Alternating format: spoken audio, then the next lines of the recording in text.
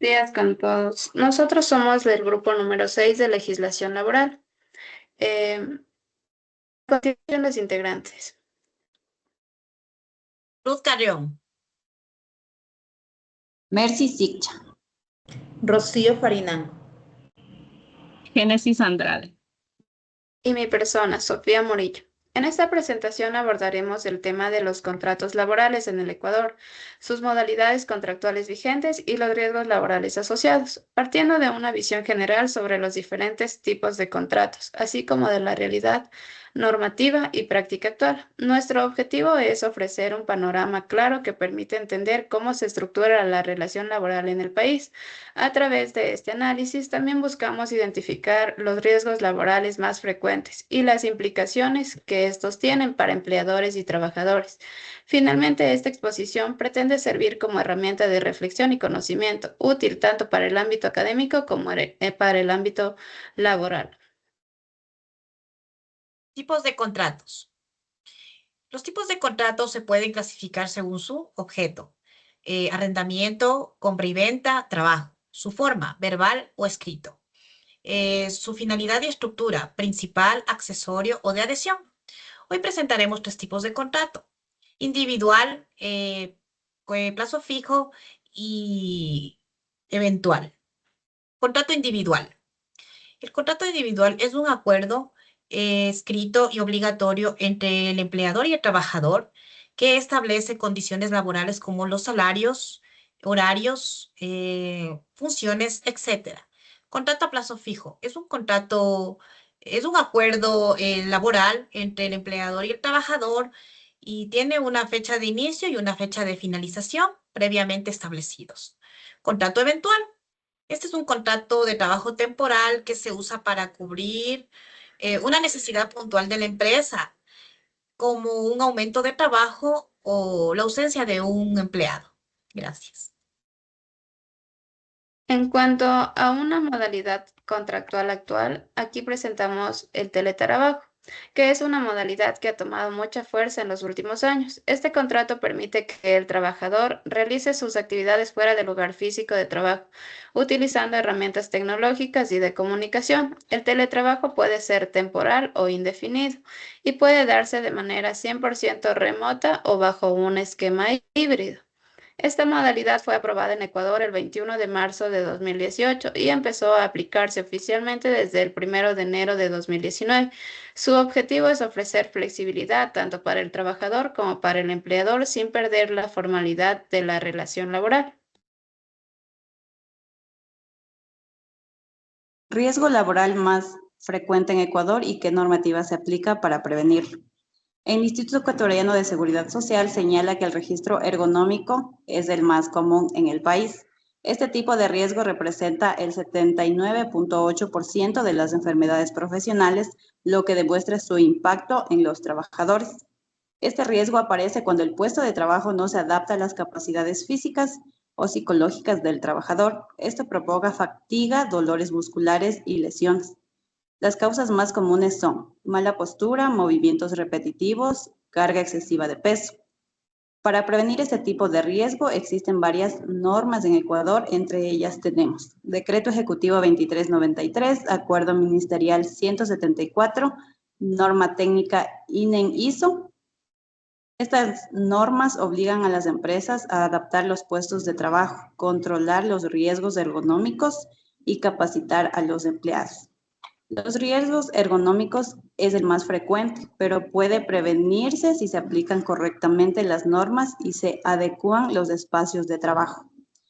Continuamos con el cuadro comparativo de contratos y modalidades, los tipos de contratos más comunes y compara sus características principales: duración, derechos, formalización y cómo finaliza. En primer lugar está el contrato individual. Su duración es variable, puede ser indefinido, por horas o por obra. El trabajador tiene todos los derechos como cualquier relación laboral formal.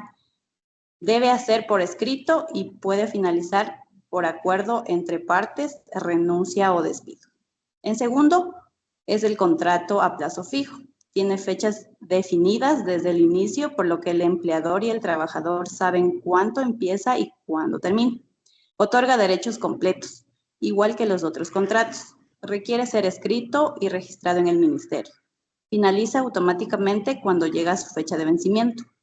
Por último está el contrato eventual. Este se usa para cubrir una necesidad temporal. Su duración es mientras dure la causa, como reemplazos o aumentos momentáneos de trabajo.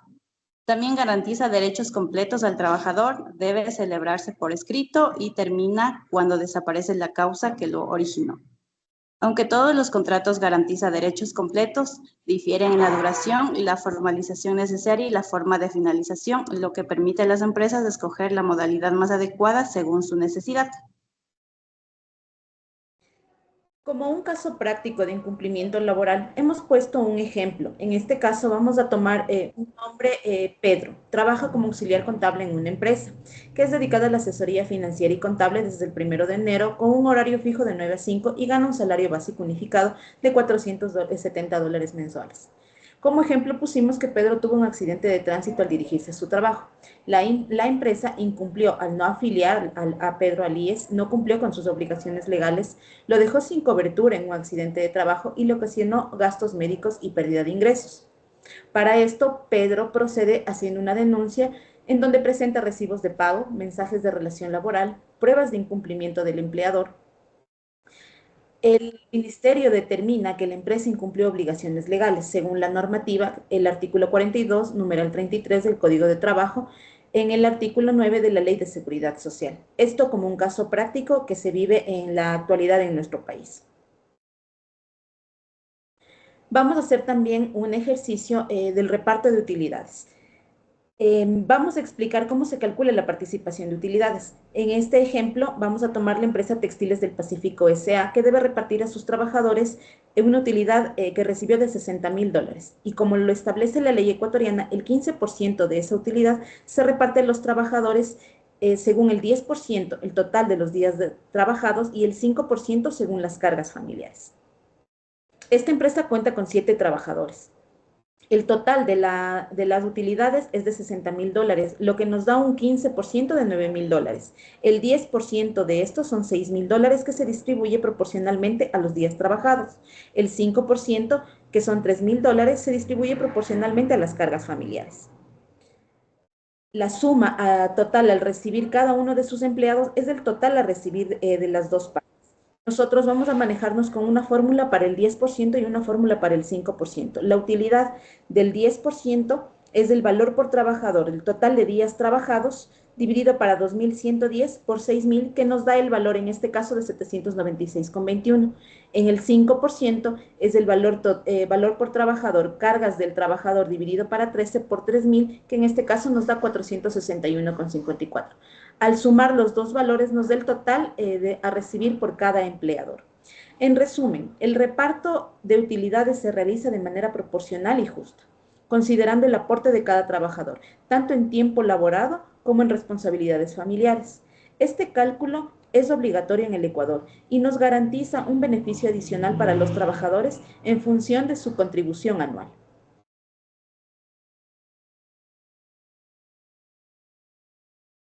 A continuación, vamos a desarrollar un rol de pagos, donde nos pide calcular el ingreso total de María Fernanda López por el mes de mayo del 2025. Nos pide detallar los rubros que componen el ingreso, incluyendo el sueldo, horas extras, décimos, fondos de reserva y otros.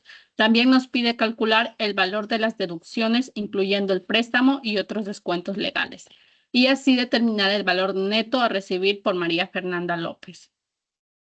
Para poder realizar el rol de pago se va a utilizar la tabla del impuesto a la renta de personas naturales del año 2025. Para poder observar bien la tablita, voy a compartir un Excel. Ya, aquí tenemos el rol de pagos, ¿no? Ahí. Tenemos aquí los datos en el rol de pagos que es de la empresa Servicios Integrales S.A., correspondiente al mes de mayo del 2025. Los datos que se va a utilizar es el sueldo de 1.200. María realizó 10 horas suplementarias, 12 horas extraordinarias, hizo un préstamo de $1,000 a 5 cuotas, mensualización del 13º sueldo, recibe fondos de reserva y acumula el 14º sueldo. Como podemos ver aquí en el rol de pagos, están los datos que es López María Fernanda, cargo asistente administrativa con un sueldo nominal de 1.200. Ahora, para calcular las horas suplementarias se va a tomar en cuenta el valor del sueldo dividido para las 240 horas mensuales por el 1,5, que es el valor que se calcula las horas suplementarias, por las 10 horas suplementarias que realizó María, que nos da un valor de 75. Asimismo, vamos a calcular las horas extraordinarias, que se toma en cuenta el valor del sueldo dividido para las 240 horas mensuales por 2 y por las 12 horas extraordinarias, que nos da un valor de 120. Para el total ingreso solamente se hace la suma respectiva del sueldo nominal más horas suplementarias más horas extraordinarias, que nos da un valor de 1.395. Para calcular el décimo tercer sueldo solamente se toma en cuenta el valor de total ingresos dividido para los 12 meses. El 14º sueldo lo acumuló y los fondos de reserva se toma en cuenta el valor total del ingreso por el 8,33, que es el porcentaje de fondos de reserva. Eso no cambia, sería un valor de 116,20. Aquí ya viene a ser el total de ingresos más los beneficios, que es 1.395 más el 13º sueldo más los fondos de reserva, que nos da un valor de 1.627,45. Para calcular el aporte al IES se toma en cuenta igual el total de ingresos por el 9,45%, que es el valor, el porcentaje del aporte al IES personal, que nos da un valor de 131,83. El préstamo simplemente vamos a tomar en cuenta los $1.000 dividido para las 5 cuotas que va a pagar María, nos da un valor de 200. Para calcular el impuesto a la renta se va a hacer un cálculo aparte, donde se va a tomar en cuenta el total de ingresos multiplicado por los 12 meses, que nos da un valor de 16.740. Para calcular el aporte al IES anual se va a tomar en cuenta el valor del aporte al IES personal que sacamos anteriormente, que es 131,83 por los 12 meses del año, que nos da 1.581,93. Para sacar el total simplemente se hace la respectiva resta del ingreso anual menos el aporte al IES anual, que nos da 15.158,07 centavos. Para sacar la fracción básica, les vamos a tomar en cuenta, como les dije, la tabla del impuesto a la renta de personas naturales del año 2025. Y vamos a buscar en qué rango está 15.158,07, ¿no? En este caso sería en la fila número 2, que tenemos aquí como fracción básica 12.081. Y el exento hasta 15.387 con un impuesto de fracción excedente del 5%. Para sacar la fracción básica solamente se va a hacer la respectiva resta de los 15.158,07 menos los 12.081, que nos da un valor de 3.077,07 centavos. Entonces, para calcular el impuesto a la renta en el rol de pago se va a tomar el valor de la fracción básica que calculamos por el 5% del impuesto a la fracción excedente dividido para los 12 meses del año, ¿no? Nos da un valor de 12,82. El total de descuento simplemente se hace la suma del aporte al IES personal más el préstamo más el impuesto a la renta, que nos da 344,65. Es decir, que el valor neto que va a recibir López María Fernanda va a ser de 1.282,80 centavos, compañeros. Para concluir, determinamos que los contratos laborales son esenciales para establecer derechos y obligaciones claras entre las partes. También observamos que el teletrabajo se ha convertido en una modalidad moderna que exige responsabilidad y cumplimiento tanto del trabajador como del empleador. Y en cuanto a riesgos, identificamos que el riesgo ergonómico es uno de los más comunes y por eso debe prevenirse adecuadamente. Recordamos que la afiliación al IES es obligatoria desde el primer día laboral, lo que garantiza la protección social del trabajador. Y finalmente comprobamos que el incumplimiento de estas obligaciones genera sanciones legales y económicas severas, lo que refuerza la importancia de cumplir la normativa laboral. Gracias por su atención.